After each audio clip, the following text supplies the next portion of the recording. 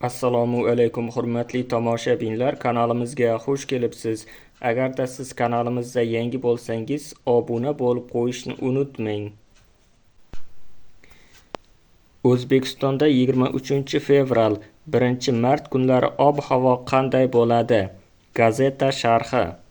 Joriy hafta boshlarida shimolda, chorshanba, payshanba kunlari ko'plab viloyatlarda vaqti bilan yog'ingarchiliklar va kuchli shamollar bo'lishi kutilmoqda. Shimolni hisobga olmasa, harorat bahor boshlaridagi kabi beqaror bo'ladi. Ushbu sharh O'zgidrometning qisqa va o'rta muddatli ob-havo prognozlari asosida tuzilgan bo'lib, u bevosita ob-havo prognozi emas. Bu kabi sharhlar ob-havo byurolarining prognozlaridagi raqamlar, hodisalarni oddiy tilda tushuntirish imkonini beradi. Ayrim nuqtalarda O'zgidromet hali taqdim etishga ulgurmagan axborotlar xalqaro ob-havo prognozi markazlarining ma'lumotlari bilan to'ldirilgan.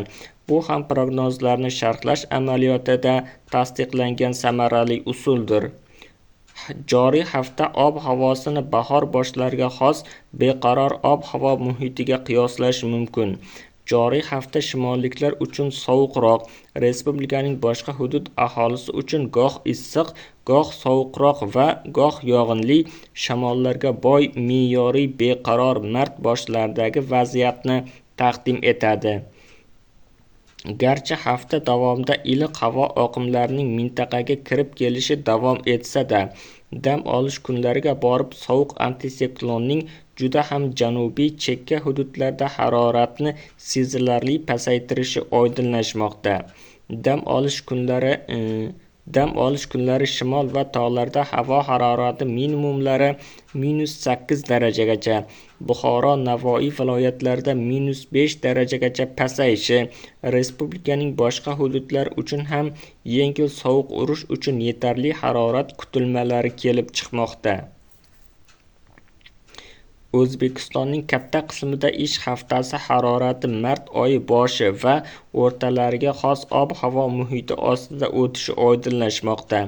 Ayniqsa, aholi zich istiqomat qiluvchi viloyatlarda Navro'z arafasi havosi kuzatiladi. Xorijiy ob-havo byurosi ma'lumotlarida ham joriy haftaning ish kunlari O'zbekistonning katta qismida o'rtacha harorat shu davrga xos ko'p yillik iqlimiy me'yordan naq 0,4 darajagacha chetlashishi keltirilgan. Shimol hududlar uchun esa sovuqlik bilan bog'liq manfiy chetlashishlar mavjud. O'zgidrometning hafta kunlari uchun tuzgan prognozlariga ko'ra, hafta boshlari shimolda, payshanba va yakshanba kunlari respublikaning ko'plab viloyatlarida yog'ingarchiliklar bo'lishi kutilmoqda. Yog'inlar asosan suyuq holatda bo'lib, shimol va tog'larda qor ko'rinishida bo'lishi mumkin. Bu safargi yog'inlar asosan Qoraqalpog'iston Respublikasi, Xorazm viloyati va Toshkent viloyati tog'lariga yaxshi yog'ingarchilik ulashib ketadi. Quyidagi xorijiy ob-havo byurolari haftalik yog'ingarchilik prognoz xaritalarida ham bu yaqqol ko'ringan. Chorshanba kuni janubiy viloyatlarda havo harorati maksimumlari +23 darajagacha, boshqa viloyatlarda +15, +20 darajagacha ko'tariladi. Boshqa kunlar esa harorat ayni joriy payt uchun qulayroq muhitni taqdim etadi. Tungi harorat qiymatlari ham haftaning barcha kunlarida shimol, tog' va Buxoro, Navoiy viloyatlarini hisobga olmasa, 0 darajadan ancha yuqori iliqroq kutiladi. 25-26 fevral kunlari mintaqada havo oqimlarining o'rin almashinish vaqti kuchli shamollar bo'lishi, ko'plab viloyatlarda shamol kuchayganda uning tezligi soniyasiga 23 metrgacha yetishi va orqasidan chang bo'ronlarini keltirib chiqarishi aniqlanmoqda.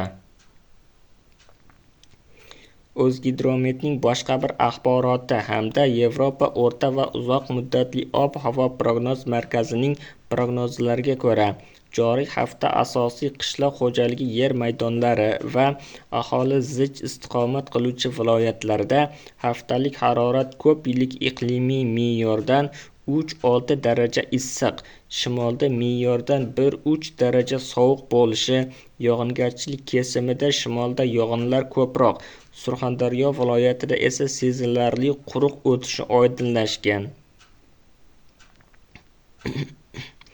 Shunday qilib, dam olish kunlari so'nggi 10 kunliklardan so'ng mintaqaga haroratni sezilarli pasaytirishi kutilayotgan sovuq havo oqimining qishloq xo'jaligi yer maydonlarida erta uyg'onib qolgan qishloq xo'jalik mahsulotlariga biroz ta'sir xavfi mavjud. Ayniqsa Buxoro, Navoiy viloyatlari hududlari hamda tog' etaklarida ehtimoliy yengil sovuq urish hodisalari kuzatilishi mumkin.